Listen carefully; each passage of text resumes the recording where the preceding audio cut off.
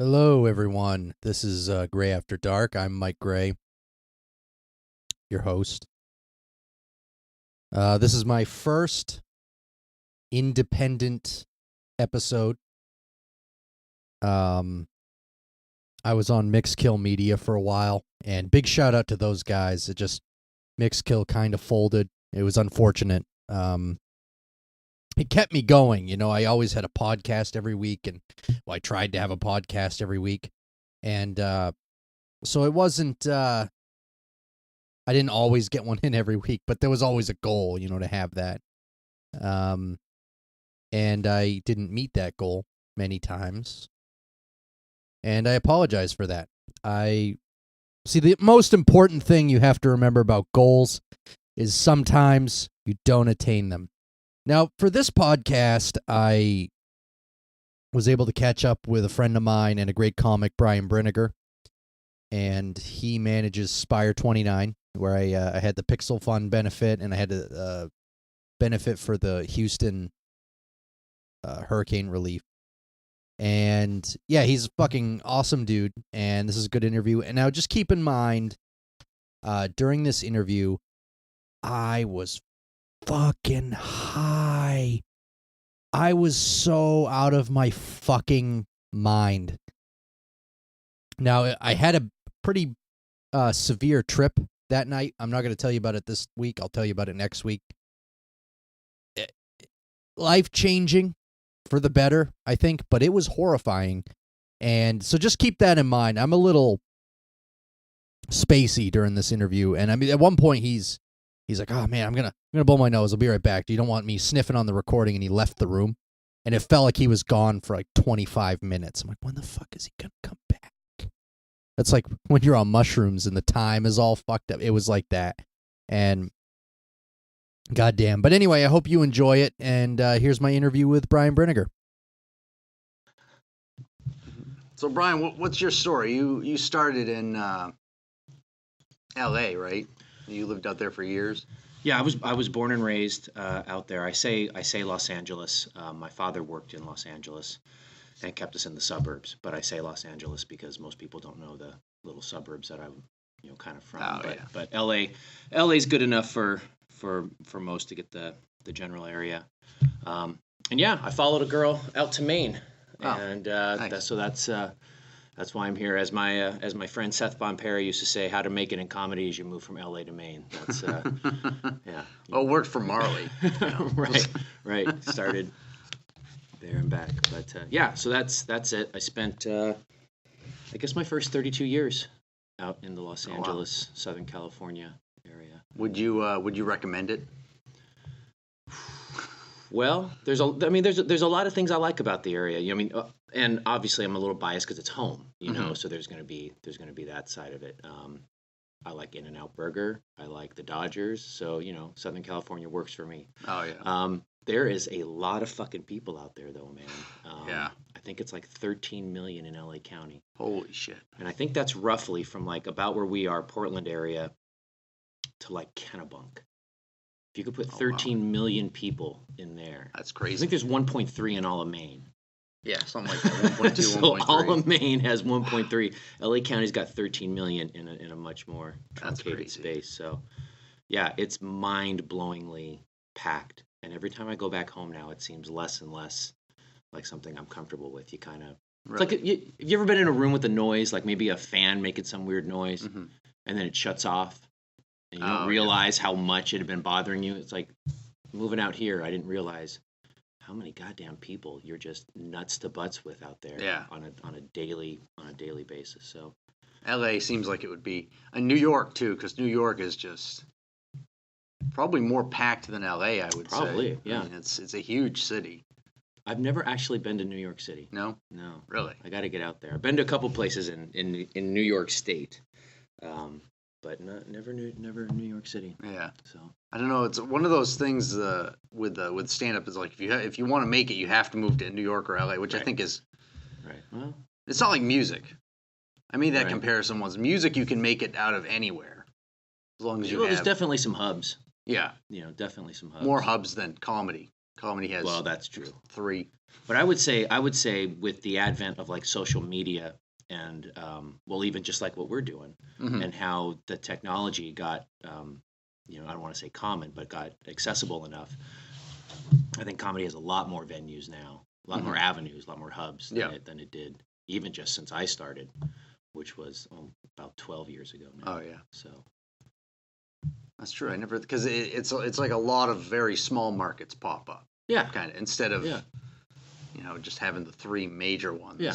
And then you get someone someone gets a viral video going, and if they have enough back material, that can really launch them. If someone gets a viral video and that's all they've got, if they're a one trick pony and that's it, I think like Ian Stewart, for example. I think he's a pretty good example. He had his ice bong challenge. Yeah. And that got him some pretty good attention, but he also had a pretty good backlog of material and time underneath his belt. Yeah. Underneath his belt? Is that where it's kept? Under your belt? I think so. Somewhere around there. Anyway, I don't know where he keeps his shit. That's not true. I totally know where he keeps his shit. Where is that? It's in his closet, Yeah. in his room. That makes sense. It's in Johnson's underpants, sir. But yeah, so I don't know. I think right now is a pretty interesting time for comedy. You definitely see how many people want to try it. Yeah. And that's kind of cool to know that you're in something that people want to do and are learning. It's a good way to look at it. Not super easy. Yeah. Not at all. Not at all. I've seen even in my time quite a few comics start and then leave or they quit or move somewhere. Yeah. Dan Rosenberg, I heard him talk a few years ago. How Not to Suck as an MC is a book that he wrote, and I would highly recommend if anyone is listening to this and has some questions on how to host a show. That's a great book if you really just kind of want the beginning, how to do it. That's a great one. Anyway, but he said you'll see the natural drop-off is anytime before a year, people start and they don't make it that first year. Mm-hmm.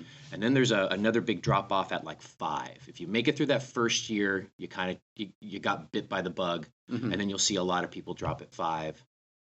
And I think he said there was like another one right somewhere between 10, but then 10. Then there's just like these milestones where people just tend to drop. And I saw a lot of that through the first couple of years I was around. So yeah, guy knows a little bit about it. But you see that, people try it or they come to a few open mics, but they never really pan out from there. But yeah.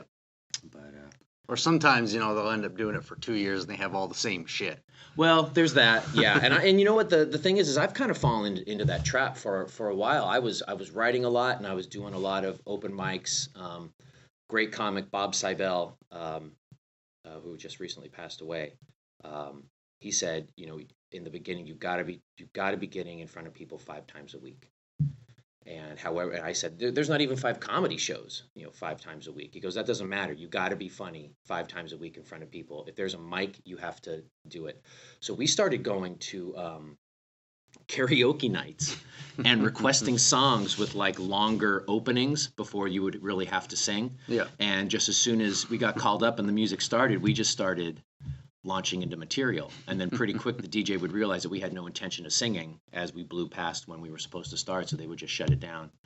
But yeah, it was just like guerrilla comedy at that point. But I don't know. I was writing more. I was getting out more. I was hustling more. And as of late, I've kind of strung together about a 45-minute kind of greatest hits set that definitely goes back to some of the first stuff I wrote and some of the more later stuff as well. But I don't necessarily think people have come to a show to see me necessarily. Like, I really don't think there's anyone out there going, oh my God, Brinegar's got a show on the 17th. We're there, man. I think people find themselves at comedy shows, and I happen to be one of the guys that they're going to see. No, yeah. So it's a little bit of a cop out, but I haven't written much. I've kind of been doing a lot of the same stuff that I have for a while. It's a rut, man. And it's hard to get out of, especially if you're not out there with open mics. I find, you need an open mic. You need that avenue to get out there. I had Slancha for like 5 years. Oh, yeah. Man, that was awesome because any little thought that I had could just be workshopped immediately. It was never more than 6 days away from having a real chance at just going. And I might just step up and just have one line and just, talk on that for 5 minutes and then go home and listen to that and say, wow, 4 minutes of that is absolute shit, but there's a real good minute in there, and you can build from that. Yeah. So I mean, the idea of being in it only a little while and doing the same stuff, I get that. That's kind of where I felt like I was. Yeah. It's like I got this 10 minutes and it's really good, but I felt like that was it. That was the only good 10 I was going to have. Yeah. You know? What made you think like that? Was it just? I think it's because I did it so many times. Oh, It's right. like any right. time I did one of Mark's shows, I would do that set. Right. Because right. he wants you to bring your A material. Right. You know, here and there I'd try a little joke out, but I felt like that was going to be it. Right. You know. Yeah. What do you do in terms of your writing? Like when you've written a joke, what's generally just happened for you? I'd be curious to know what your process is. Because for me, it's there is no process in I sit down at this time, I do it this way. It's when it strikes me. And I have to respect that moment so much that I always have some type of recording device with me, whether it's pen and paper or just the note app on my phone. I have to respect it at that moment, and I have to get that premise down. And then that's usually where I'll start writing. Or in the past, what I would do is just workship it at an open mic and let it kind of flow naturally. And then go back and chisel away, kind of like Michelangelo said. You know, you chisel everything that's not David. You know, it's just like, oh, sure, that's how you sculpt. You just knock off what's not the statue of David. But for me, that's what writing was. Just talk, go back and listen and go, oh, there's, like I said, 4 minutes of crap, 1 minute of really. I think that's kind of how Bill Burr works. Oh, is it? He'll just write something down. He'll just write down the premise, and that's it. Right. And then the rest of it, he'll just work out live. Yeah. That's crazy. That's hard. I usually have a few beats down. Okay. Because usually I notice something, a really weird observation, and a few beats will come to me anyway. So I'll just kind of write those down. Right. And then I'll start to work around it, see what works and what doesn't, or discover something new, add that to it. Have you done that? Have you done that yet during like a show? Have you ever worked something out like kind of? Or have you always taken stuff into a show that you're 100% ready to go on? Yeah, that's me. Because I can't improvise for shit. Right. I remember the first time I got kind of derailed, because that's what I did. And when I first started, the first real show I had, I was given 20 minutes. Damn. And this person gave me this show. She was booking shows. Her name is Tammy Pooler. And she booked me after seeing me at an open mic do 5 minutes and said, I'll give you 20 next Saturday, which means I had like 9 days to write 4 times as much material as I ever had. So I went to one more open mic before that at the same place, and I just went to a couple other places just to say whatever I could. But it was really interesting to push myself and see. And so that night on stage, I had everything I wanted to say exactly how I wanted to say it, and that's kind of how I went forward with comedy for a while. And if someone in the audience got a little rowdy or heckle or anything, I just had a mic and I just simply talked louder so that everyone else could hear me and not them. Yeah. But there was that moment where I got derailed by someone and I had to kind of get back to it, and I let my personality get me back there. It was the first time I really remember kind of loosening up on stage. And I'm not in a play. I don't have to say my lines this way so that the next person says their lines this way, and then we all remember to go stand by the couch because he's going to, Yeah. I was like, holy shit. It's me that's funny. They want to see a funny person, and I don't have to go totally by the script. There was great comfort in it. But once I heard myself just kind of deliver a little zinger to shut that person the fuck up, I was like, that wasn't on script. And it's getting a laugh. It's amazing, and I don't know how to tell people how to get there. I don't, it'll happen. Yeah. But it's a pretty amazing feeling, and I still go on stage knowing for the most part where I'm taking this audience. I definitely am more of a storyteller, and for me, my stories work better if they go in a certain order. They don't all have to go exactly that way, but kind of the path I'm going to walk the audience down works in that way. But I've had a show recently where I was given, I think it was like 20-25, and had kind of my expectation for what the set was going to be, and only got through about a third of the actual jokes I'd planned to do that set because I got into it with the audience so much and spent about 15 minutes just doing back and forth crowd work, and it was working. And Oh, yeah. that's really exciting for me, because that to me was, really the mark of a pro when I was starting, was how effortlessly they could go back and forth in the crowd. Todd Yeah. Barry is Todd an Barry, yeah. absolute master at that, as far as I'm concerned. I had the great fortune of opening for him. Wow. Or as you at the time was saying, he closed for me that night. But yeah, just totally random. He was coming to town. The Phoenix reached out to me, and they're like, "We know you," and so I was like, "Great!" And talk about two diametrically opposed forces on stage. I mean, at the time, I was way more energy than I was or am right now. Mhm. But I'm kind of a sweaty mess when I get off stage sometimes. And at that point, I was really high energy, and then he comes on, and it's like just super deadpan. Brian goes to 11, and and they're like just turning it down for Todd. But he talked to the audience his whole hour. Wow. He did like an hour. That's It was crazy. amazing. It was awesome. And to me, that was just such the mark of a pro, Mhm. because there's no way he could have known what that lady and guy did as jobs and talk about him that way, and just Yeah. But I don't. George Ham is another one who Yeah. is amazing He's good. He's with great. an audience. So yeah, that's. Ray Harrington too. He can just. I haven't Just rip. seen him. I haven't seen him live in a very long time. But I'll tell you, one of the last times I know I worked with him, he had just started doing comedy, or had been doing it a little while after having been in a band. You remember his duo Travesty in Training? No, I don't remember. Look into that. See, the next time you talk to Ray, see if he can dig up any old Travesty in Training songs for you. So I'd known him and his partner Jello through that, and then. When I showed up for this gig, and I think it was at a campground. The campground was closing, and it was a show for the counselors. Yeah. We got there, and I was like, "Oh, Jello's not here." He goes, "No, I'm just doing stand-up." And I was like, "Oh, okay." And I'm watching him on stage, and I'm thinking to myself, "This show is backwards. He needs to be closing this. He is killing this room." Yeah. How long had he been doing it about at that point? Maybe. I mean, he's not been doing it a long time at all anyway, and this Yeah. was a while ago. So this was right at the beginning for him. Like I Wow. said, I think it was one of his first gigs after Travesty in Training, Wow.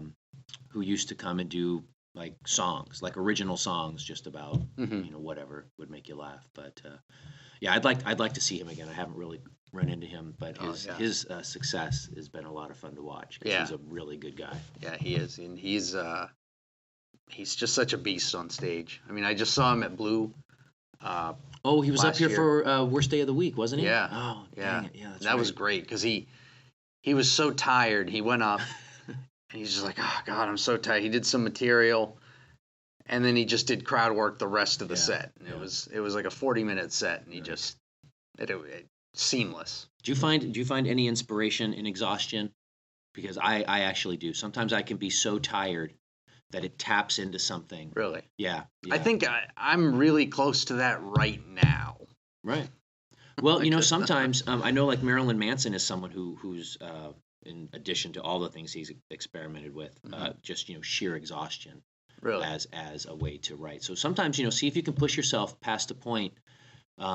For me, it's when I start giggling at nothing. I know I'm kind of there. And when I was in college, I would do the 1 day to 36 hours of straight up studying, reading, then go take a major exam, crash for a couple hours, and kind of repeat that. And at the end of a finals week, I was just sweaty tooth madman, just insane, and just saying some of the crazy stuff. And friends and family would like, "You are very funny in those moments." So I yeah. experimented with that a little bit. You get some interesting things. I did a lot of voice recording.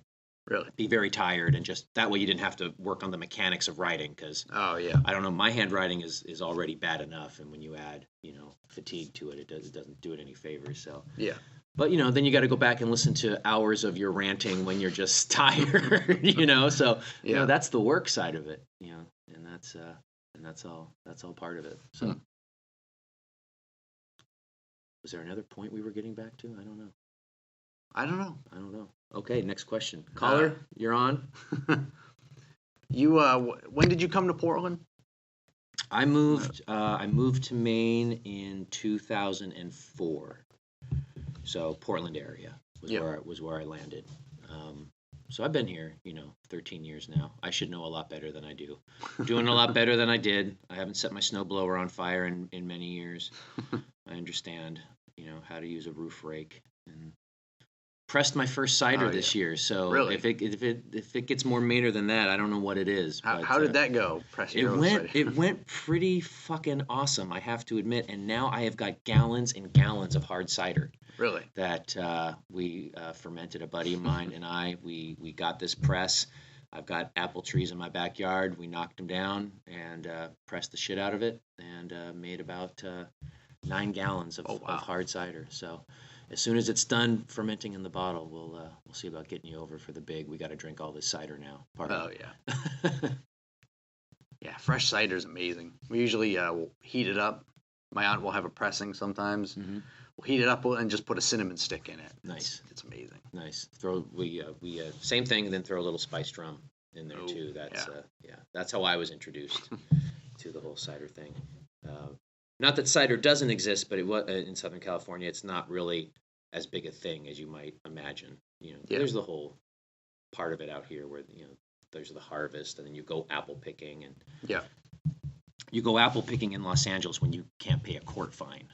So it's a very different experience. The idea of wanting to go do that to me, or just apple picking in general, is just a wasted Saturday because I didn't have $80 for a speeding ticket. Oh yeah. So that's how I see it. But it's an event out here, man. People love it. It is. But, that's right over my head. But I've since done it in my own backyard and made my own cider, so I guess I can see some of the joy. Some of the joy in it. Oh yeah. Definitely. Now, are you from here? Bangor area. Okay. Originally. And I lived up there for years, and then about 5 years ago I moved down here. And I didn't start doing stand-up for till about 2 years ago. But I actually went about a year before that. I went to Slancha because Paul Hunt was hosting it. Right. Not a good experience. No? No. Slancha's a tough room, man. If it works at Slancha, it works. If it doesn't work at Slancha, doesn't mean it doesn't work. Yeah. That was it. That was tough. But it was also because a bunch of comedians left. There was no one left. There was Paul Hunt and Moses. I was like, well, that's kind of shitty. Yeah, that's tough. That's tough. I tried to encourage people to stay and be a part of the show as much as possible, but when they're done, they're done. One thing I did learn is if someone shows up and brought a lot of friends, they get to go last. Oh, yeah. And then you let them know what an honor is that they get to go last. But Bangor, I have been banned from a venue in Bangor. I am banned. Really? I am banned from the Spectacular Event Center right there on Jesus. Odland Road. What'd you do? I absolutely entertained the living hell out of about 295 people, and one table complained, and it happened to be the owner's mom, I guess. Oh. And got a letter that a guy who was booking me, Rob Steen, the guy who booked that show, said I should frame. He said, you've made it in comedy when you start getting these letters. And it was one of those ridiculous things where clearly I'd said something that had upset someone at their table. Mm-hmm.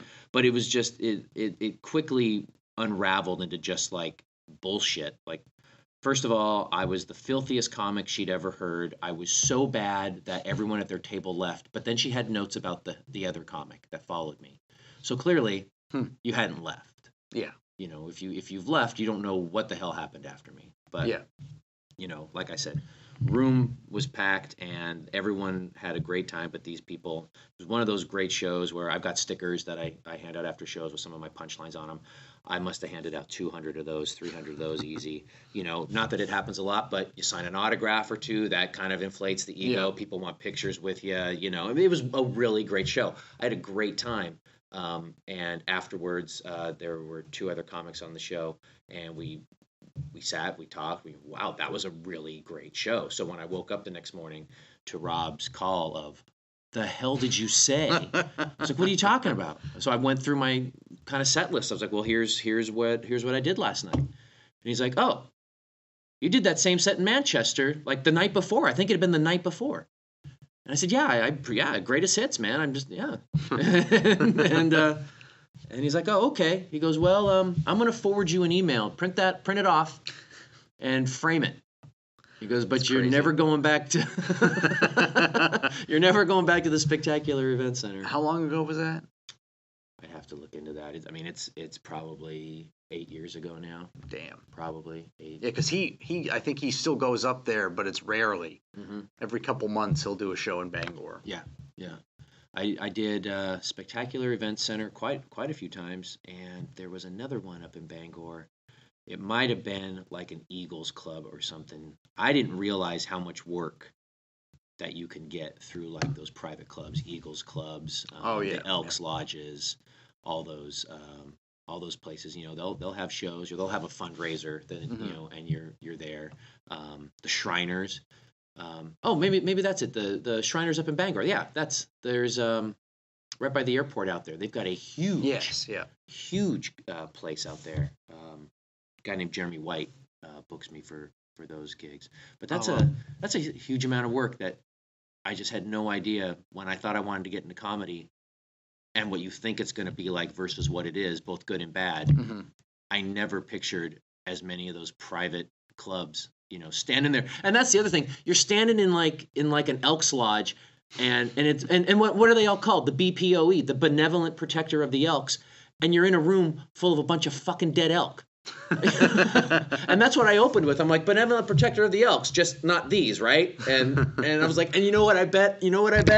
I'll bet you they all have names. And I pointed at one, and everyone was like, Bob! I'm like, I knew it!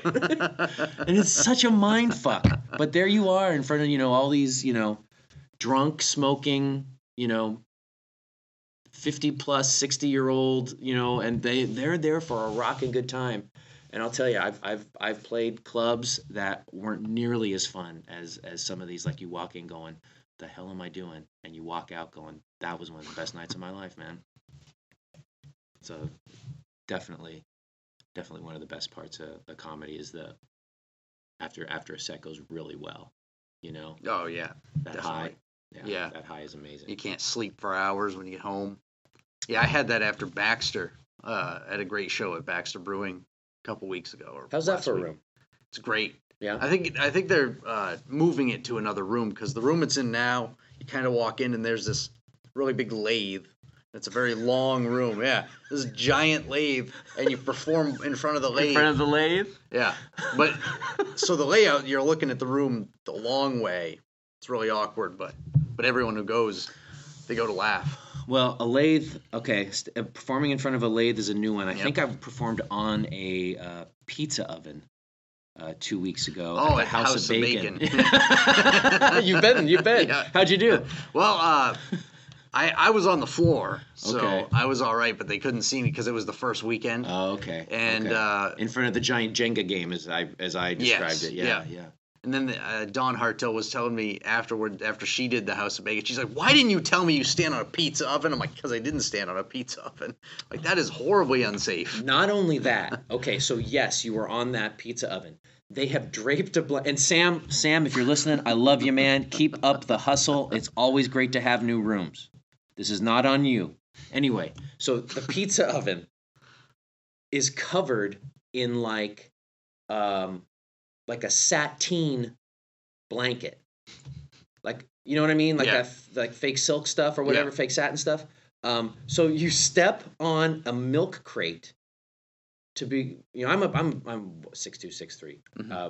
I couldn't quite get my leg just right up on, you know, you on a milk crate onto that, all while holding on to like industrial piping that is like fastened somewhere up there because it's too dark to see the rest of the way. You just kind of hope that thing's on there. Yeah. And then you stand next to the spotlight, which is immediately to your right, which means much like the dark side of the moon, the left half of your face is not only dark, but considerably cooler than the right side of your face, which is on fucking fire because you're just inches away from a spotlight. Yes. So you were wise. I mean, I think it would be better not to be seen than to have that experience. I felt like doing the other half of my set facing away just to tan the other side of my face that night.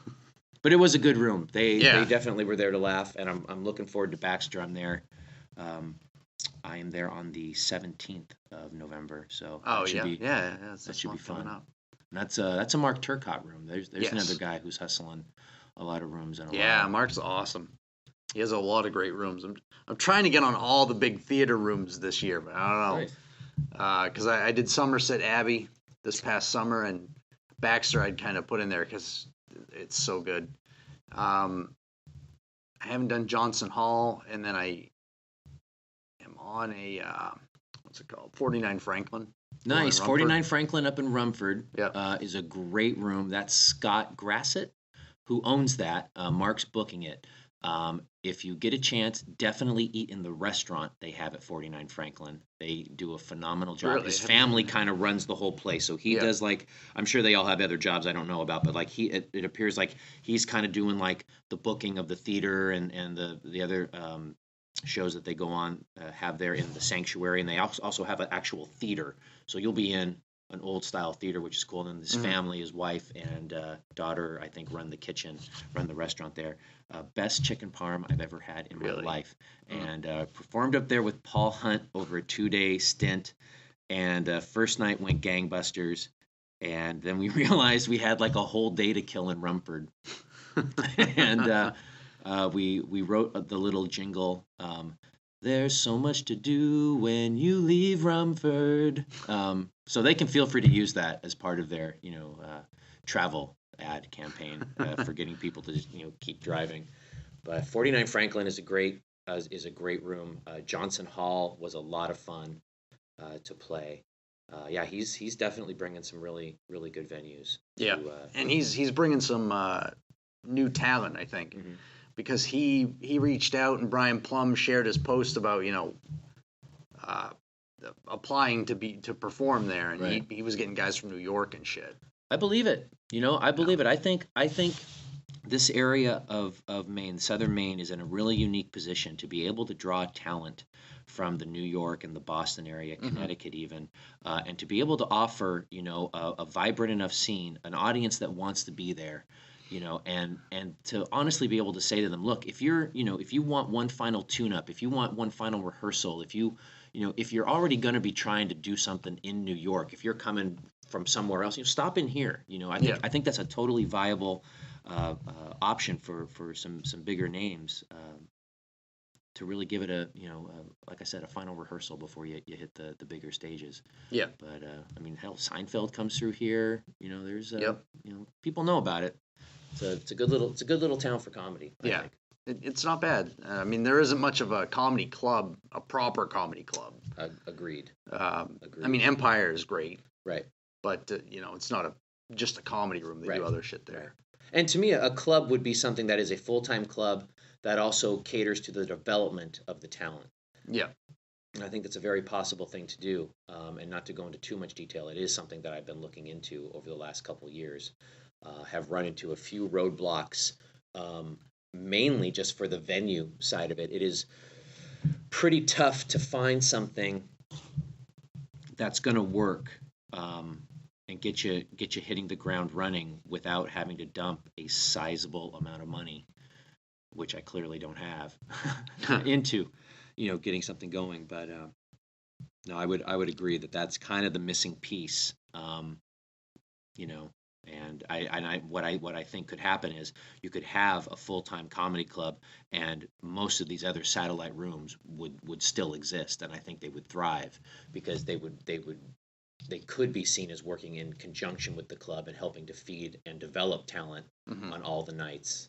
To me, it's just the idea of getting better and then making it to the club. If the club's worth, being at. If it's a piece of shit place that no one wants to be at, then sometimes the satellite room is the better option anyway. Yeah. But if a club is something that's respecting the talent and drawing good national talent to help bring up the local, I think that's something. But having an open mic, definitely. Having showcase nights where you're truly showcasing local talent, having some low cost options so that locals definitely want to come. Kind of like how the comedy studio was. Yeah, the comedy studio in Boston was doing it. Right. They'd have an amateur night, and then they had, I think it was Friday, Saturday, they had the big shows. Right. Yeah. Exactly. Yeah. See, to me, my thought was, roll it through, let's say Wednesday night's your open mic night. Wednesday night feeds your Thursday night showcase night. Mm-hmm. Your Thursday night showcase night might get you your host for your Friday and Saturday. You give some of your better comics, because hosting's a really important part of a show. Yeah, and definitely. it actually really develops you as a comic when you start hosting. I had a lot of growth from the years of hosting. But your Thursday night show can develop some of those comics that might be some of your openers, maybe even a feature on your weekends. Then your Friday and Saturday are your big shows, hopefully your two shows a night type gigs. Sunday night you make some type of like wacky local feature, something. Maybe it's your improv night, maybe it's some type of funky whatever, something a little off the beaten path. Maybe you do an early showcase comedy show, but then a late night industry show or something. Who knows? And then Monday night you fucking do Cards Against Humanity. You do something so that it's open and the comics want to just come hang out, or you make it a workshop night where it's closed to the public in the sense of you're kind of watching sausage made. This isn't even open mic. This is like, rawer than that, and it's just a place for comics to go and hang out, but the doors are open and the bar's open, because you got to have the bar open if the comics are around, for sure. Just kind of have it be a development night, and then Tuesday you're closed because you're a business and you got to clean. And that's it. I mean, I think that's totally doable, and that to me is what a club would be. Something that focuses on development, but also putting out a good product that people can not only be happy that they spent their money to go see, but can be proud to have been a part of from the talent side. Because there's a couple of shows I've been on where it's just like, holy shit, what a train wreck this was. I can't wait to get out of here. Just really? Because from the whole from everything, just the accommodations for the audience were poor. There was not a lot of thought put into their comfort. The stage is poor. The person just start to finish, just didn't know what the hell they were doing and can be kind of an ass about it. Sometimes you show up and people are like, "Hey, we're really excited. We're doing a comedy fundraiser," and they clearly don't know what they're talking about. Like, I think it was Mark Turcott who said recently that right before his set, they wanted to take a break so they could sing happy birthday to someone who was there for the fundraiser, and that they were going to serve cake during his set. Can you fucking imagine that? Can you imagine it's some rural, not as anything against it, it's like some rural school fundraiser, and you've got all these well-meaning moms who want to sing happy birthday to Patty, the PTA president, and and then it's all of a sudden time to distribute cake. Yeah. Where was that? Who books for that? That's what I want to know. But I mean, like that, you almost can't even be mad at that. It's just they just don't understand, But it's the guy who's like, yeah, we figured, you don't really need a mic, right? We didn't want to have to buy one, but we're charging $15 at the door, and it's like, oh, dude, you're just being cheap. You're being an ass, Has that happened to you before? Yes, I had a room with Paul Hunt. It was Racks. It was a gorgeous little room itself in Portland, but it was just run by total incompetence.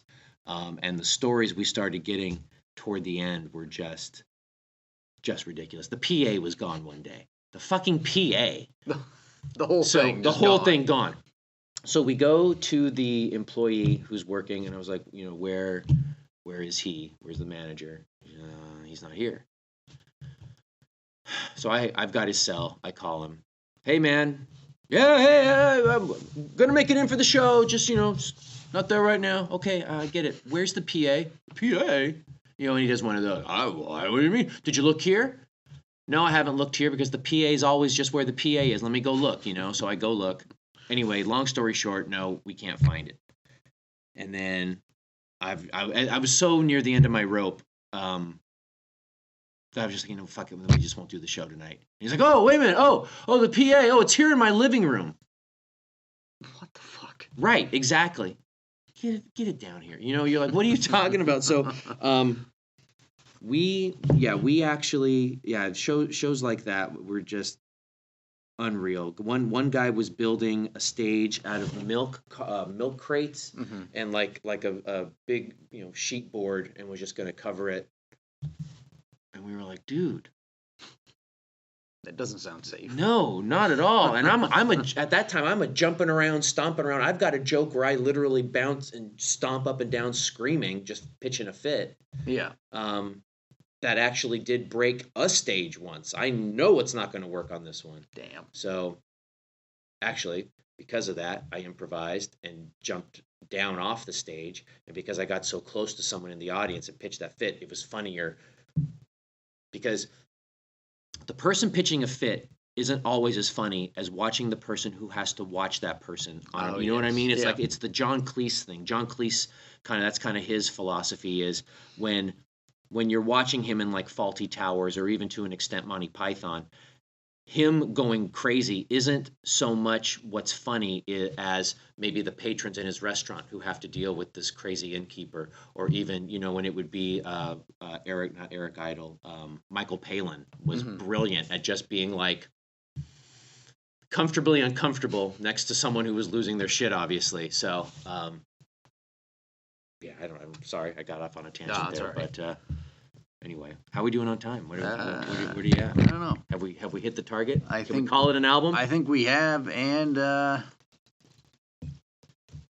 yeah, that's good enough. All right. Sweet. So there it was, my interview with Brian Brinegar. Awkward ending and all. Yeah, that was fun. That was a good time. And I will hopefully be having another one. I know I talked to Jake Jacobson. I have a show at Bullfini's. I don't know who's on that. I might get someone from there. my next one will just be a solo cast, whatever. Yeah, I'm at Bullfini's Wednesday, and then I am nowhere until January 18th. So this is going to be really bad. I'm going to have to hit some open mics. I can't just not do comedy for that long. Unless I'm writing, but you always have to try shit out when you have downtime, So I'm probably going to be hitting up the Empire open mic. Try to do that Mondays. It's kind of late, but I don't really have an option. So do that. And January 18th, I'm at Bare Bones in Lewiston. And hopefully in December, I'll get a couple dates at Bullfini's because I can't go more than, a week or two without stage time. So, but yeah, I'll, fuck it. I'll be here next week. Until then, I'll see you around somewhere.